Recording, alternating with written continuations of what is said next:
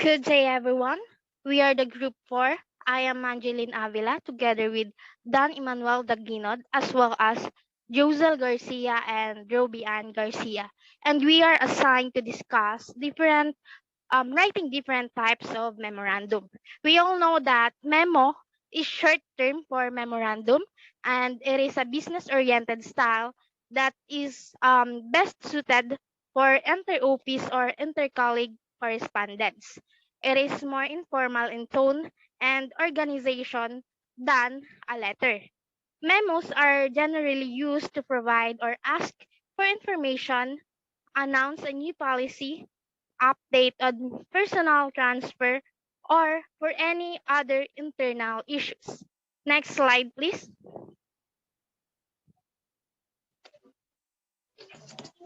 Basically, there are five types of memorandum. It includes confirmation memorandum. Then we also have request memorandum. Then we also have problem solving memorandum and persuasion memorandum. And lastly, we also have internal memorandum proposal. And we will discuss it one by one on how to write this type of memorandum. Let's have first the confirmation memorandum. Next slide, please. When we say confirmation memorandum, it is designed to confirm in writing something that has been agreed verbally. So, in other words, it is an official letter that is given by one party to another to state that they have accepted or approved a particular request or process. So, for example, as student, confirmation memo is a confirmation that they are accepted us into a course that we are applying. So it is basically a formal way of saying or welcoming or welcome to the specific organization. So next slide, please.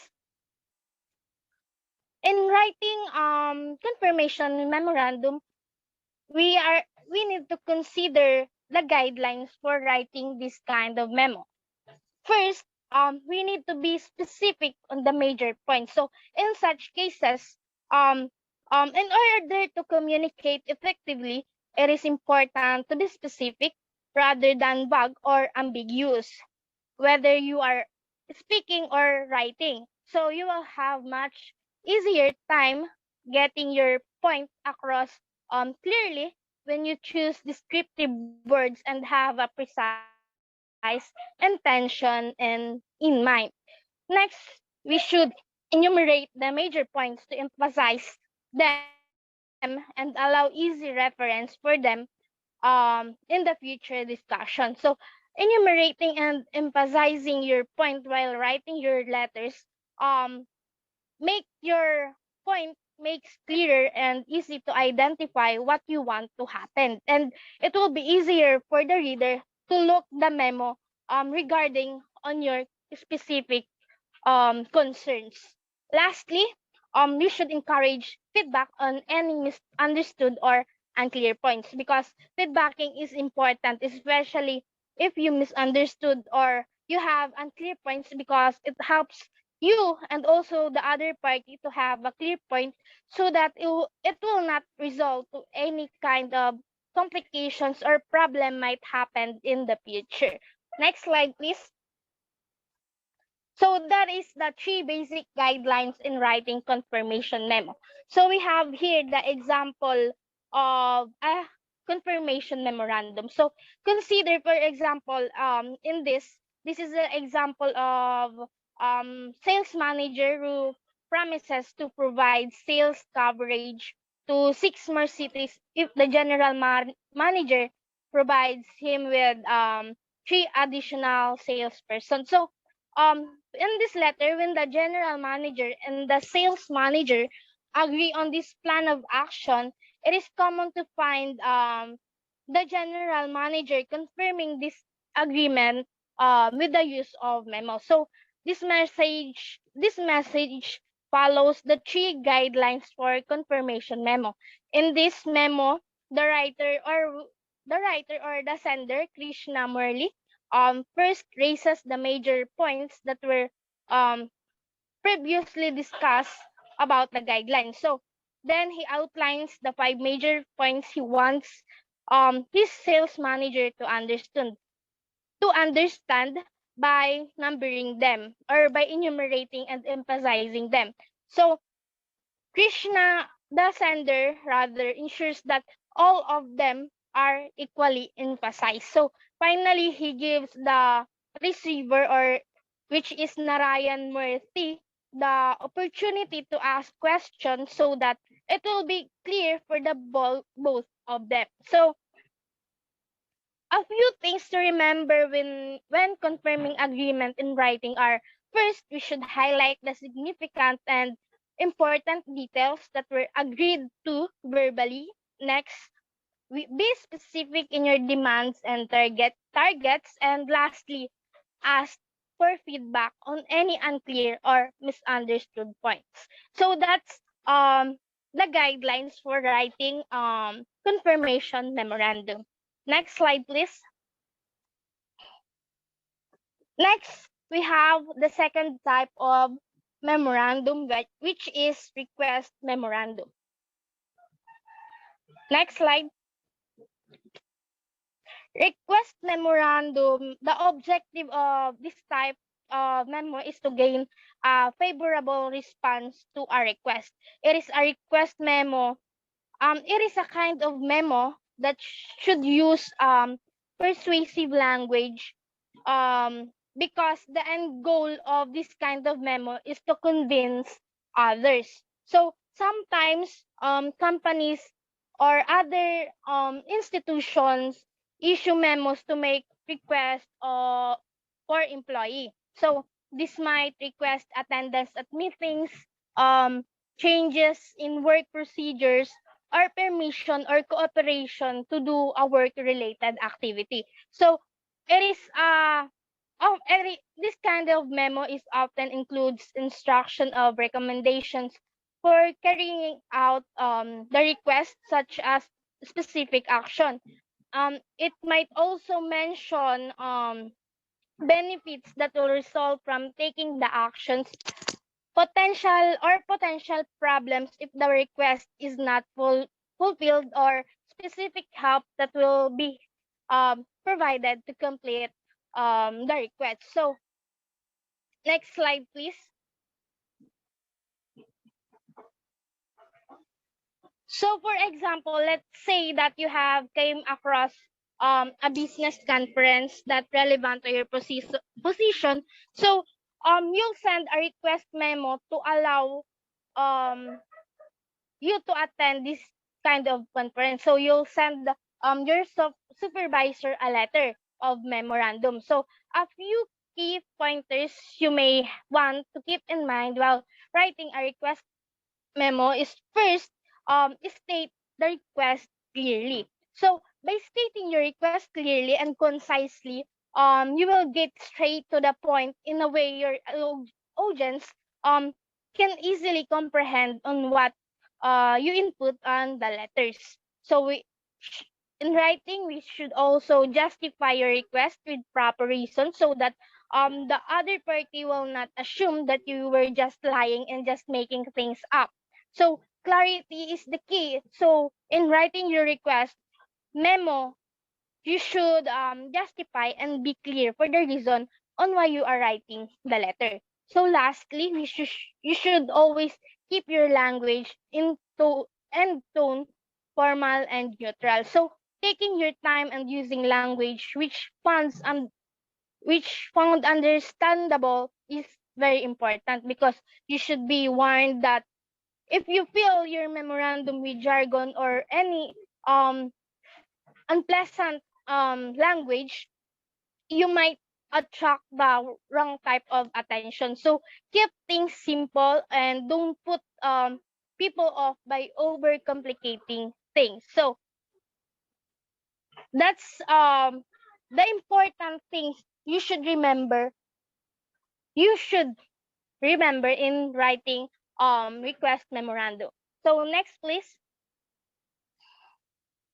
So as you can see in the example given, the purpose of a memo is usually found in the opening paragraph, and and it includes the reason why is the sender writing the letter. So in here, the sender is requesting for a vacation. So therefore, in writing request memorandum, we should be always input the purpose of the memo you've written, the context and the problem, and the specific assignment or task. Before indulging the reader with details and the context, give the reader a brief overview of what the memo will be about. So that is the important things you should remember in writing request memo.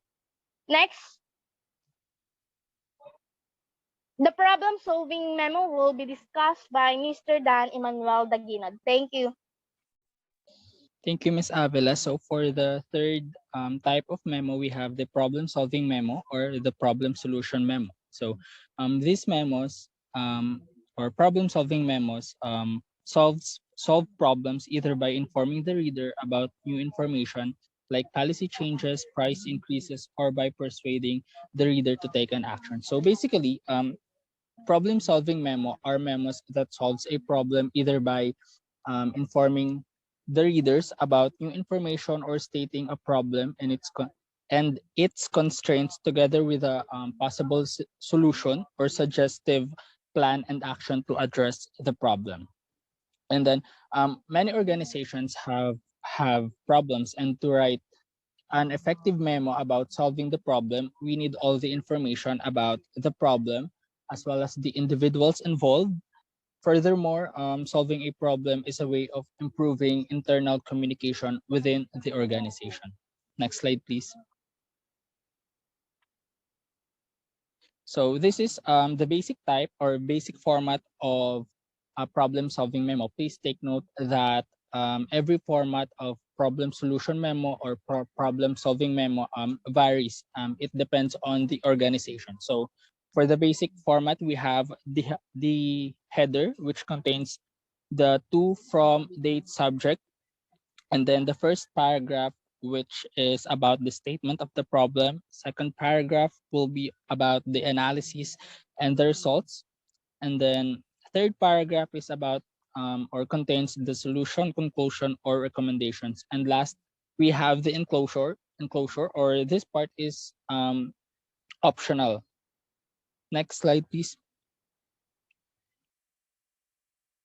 So here are some guidelines on how to write a problem-solving memo. So first bullet, we have suggest a specific action to improve a situation. So this is where you're going to provide a specific actions and solutions to the problem discussed.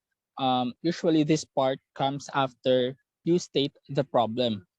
So next bullet, we have the first paragraph that states the problem. So this is the part where you will state or list the problems you have found within the organization.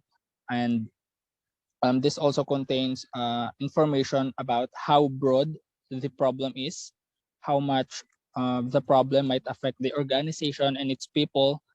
And this part also highlights the causes of the problem and the action plan that will reduce or eliminate these causes. So basically, the first paragraph in problem solving memo is about the quick summary of what the problem is. Then we have the second paragraph that analyzes the problem. So second paragraph is about the analysis of the problem. This is where you will state who and what is affected by the problem, and you will explain how they are or they will be affected. Second paragraph will also serve as the probing part of the memo wherein you are going to insert or indicate survey results or studies that was conducted within the organization about the problem and how to address the problem. And then last bullet, we have the third paragraph, which um, third paragraph makes a recommendation. When making a recommendation, include not only the positive details but also the drawbacks. So third paragraph contains the solution or the recommendation in a concise and expounded and detailed manner. So in this part, you will also explain why you have chosen a specific method you use, your provided solutions and its drawbacks, as well as the departments or individuals that will help you to implement the provided solution and to make your provided solution as effective as possible. So those are the guidelines on how to write a problem-solving memo. Next slide, please. So here we have some tips for writing an effective problem solution or problem solving memo. So first bullet, always start with a header. So an effective memo should always start or have a header. So the header contains such as the author of the memo, the recipients of the memo, the date, and the subject, as well as the people who may see the memo, known as the carbon copy. Next bullet, we have write a subject that is straightforward and clear. When writing a memo, always make sure or write your subject in a straightforward manner to where the memo is about, so that your audience or readers or the recipients of the memo will easily understand or get the gist of the memo just by looking or reading the subject. Then, um, third bullet, always consider your audience when writing this type of memo. So basically, we don't want to use um, jargons that is hard for the audience to understand, because the jargons are technical terms and not all the audience or readers will understand the terms you used in your memo. Then we have or the fourth bullet, proofread and review before sending. So always proofread and review the memo before sending to avoid or eliminate errors, mistakes, and misinformation in the memo.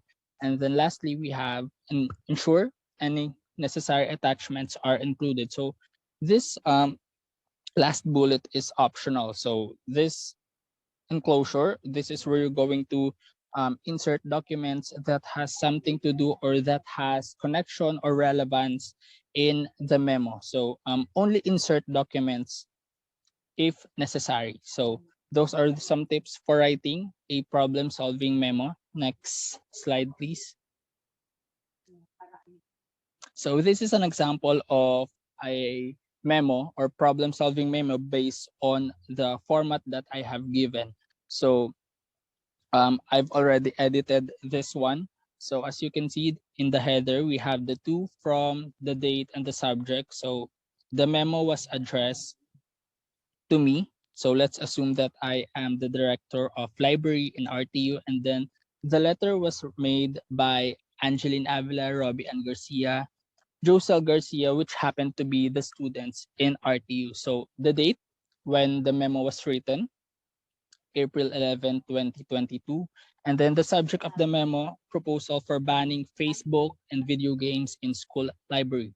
So as you can see, the first paragraph contains the um, problem. So the problem is the sentence that is written in bold. So students are not able to use the library computers for learning when they are waiting for their peers to finish playing a game or checking their Facebook pages. So that is the problem indicated or discussed in the memo.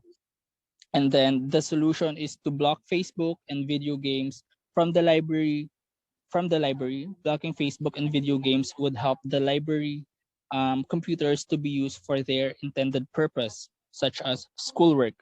So that is the suggestive action or plan on how are you going to solve the problem. Then we have the second paragraph that contains the analysis results in the survey that was conducted within the organization. So from our survey, we found that students spend an average of 90 minutes a week using Facebook and video games on library computers.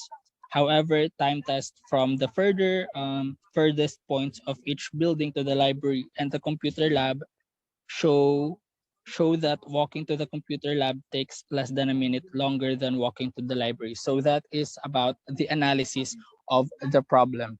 And then the third paragraph, again, the third paragraph contains the solution. As we can see, the solution provided in the problem To solve this problem, we propose blocking Facebook and video games from the library. So that is an example on how to write, or that is basically the example of what the problem solving memo is about.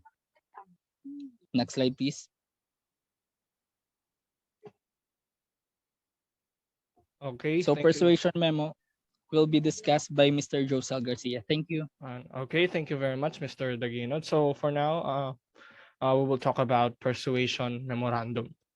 So what is persuasion memorandum? So it is used to encourage the reader to undertake an action he or she doesn't have to take. So basically, persuasion memo is about um, making a memorandum that persuades its reader, to in order to take an action into something, or in a certain circumstances. For example, in an office, there um, the manager or the higher ups would like to have a meeting, so that they will take down a persuasion memo in order to the members or the employees are able to being persuaded to participate with this kind of meeting or such as. So, and that is for the definition of persuasion memo. Let's move on to the next one, which is the guidelines for writing confirmation memo. So first is the first paragraph should begins with an agreeable point. No, so the writer should impose or write a certain argument where as to whether it is good or bad um sentence. No, it has to be an agreeable point between the employees itself and those and to the writer itself. So um in order to write a persuasive memo, it should be agreed with both parties. No, they should be those two parties should be able to confirm um, a certain agreement. So, and then for the second one is the second paragraph. No, it introduces the idea. No, so what are the things that the employees should do? No, what are the things that they want to impose with in order to persuade the employees itself or other members of the establishment or a certain company. Third paragraph states benefits to the reader. So in order to make a persuasive memorandum, no, it should always have a it should always include a benefits to the person that they are persuading, in order for them to be in order for them to agree on what they are imposed to do, or what are they persuading to be done. So in this third paragraph, no, it should state the things that the readers or the receiver what are the things that they would benefit from that kind of event. And then the fourth paragraph outlines the action required. So in the fourth paragraph, it should the writer should put the actions that they need to that are needed to be done. So in order for the members or employees itself knows what are the things that they should that they should do when it comes to that certain event. And then for the fifth one is fifth paragraph. I'm sorry. Fifth paragraph ends with a call to action. So basically, it simply means that the receiver should learn. Should be notified on what are the things that they have to do after reading the memo itself. No, these are the actions that needs to be done. No, after they read the memo, the persuasive type of memo. So this is the example of persuasive memo, which is it has a no, it doesn't actually follow the direct what do you call this direct format that I presented earlier, but this is one of the examples of persuasion memo. So first is for the person that is indicated or where for I'm sorry, I'm lost. No, it is for someone who they sent it to. So for example, in here the two is Bertrand Green, Chief Executive Officer. So that is the person that they are referring to into the memo. And then it is from Lily Stephens, Director of Public Relations. And then it also included the date, and of course, what is the memo is for. So this memo is all about persuading its employees not to um, persuading their employees to change a certain memorandum memorandum format in order for the people to know what are the things that they for the members of the establishment, to use a single type of memo. So this includes the uh, I'm sorry. This includes the time where they would held the meeting, and at the same time, what are the benefits of doing this kind of change of memo format. So that is for the persuasion memo. Now let's move on to the next one, which is the memo proposal, which will be discussed by Ms. Roby Garcia. Thank you, Mr. Josel. Now, for the continuation of our group discussion, I am Rubian Garcia, and I will be discussing memo proposal. Next slide, please. Now, internal memo proposal. This is a short document which intends to convey a plan of action or simply a proposal to the recipients. This is used to convey suggestions to senior management. Now, this type of memo is intended, as its name implies, to propose something, especially to the person with higher ranking in your company. This is usually used when you are trying to propose a project for the company. Then, after the recipient received the memo, that is the time when they will decide if they will accept or approve your proposal or not. Next slide, please. These are the purpose of memo proposal. First, writing this memo will help ensure that you have done adequate primary and secondary research and that you have mapped out a clear problem, solution, and a plan for your final report.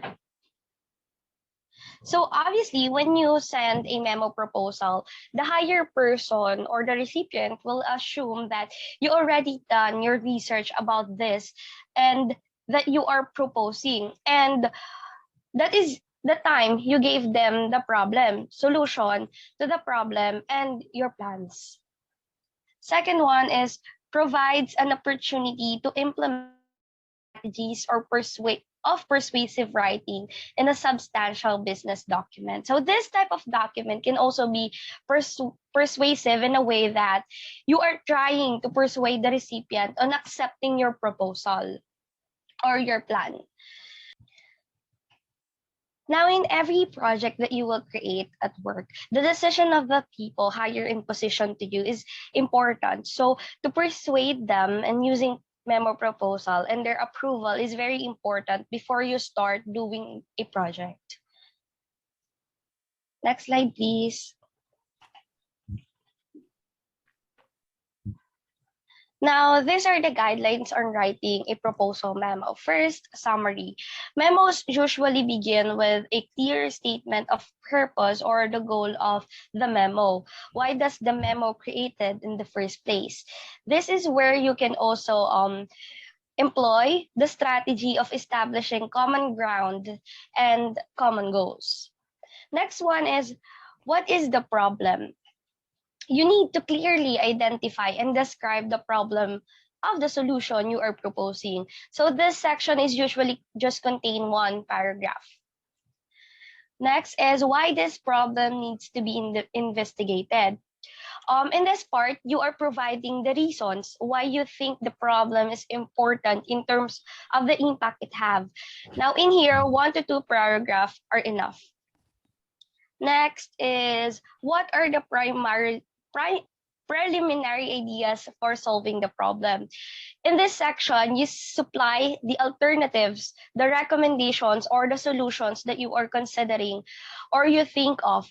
This also contains 1 to 2 paragraphs. Next is what research has been conducted on the problem. Now, this section describes the primary and secondary research that has been or will be carried out as you study the problem and its solution. And last one is the conclusion. Since what you are doing is a proposal memo, the conclusion is where you ask for permission, time, and resources that you will need to accomplish what you have outlined above the letter, above the memo. Next slide, please.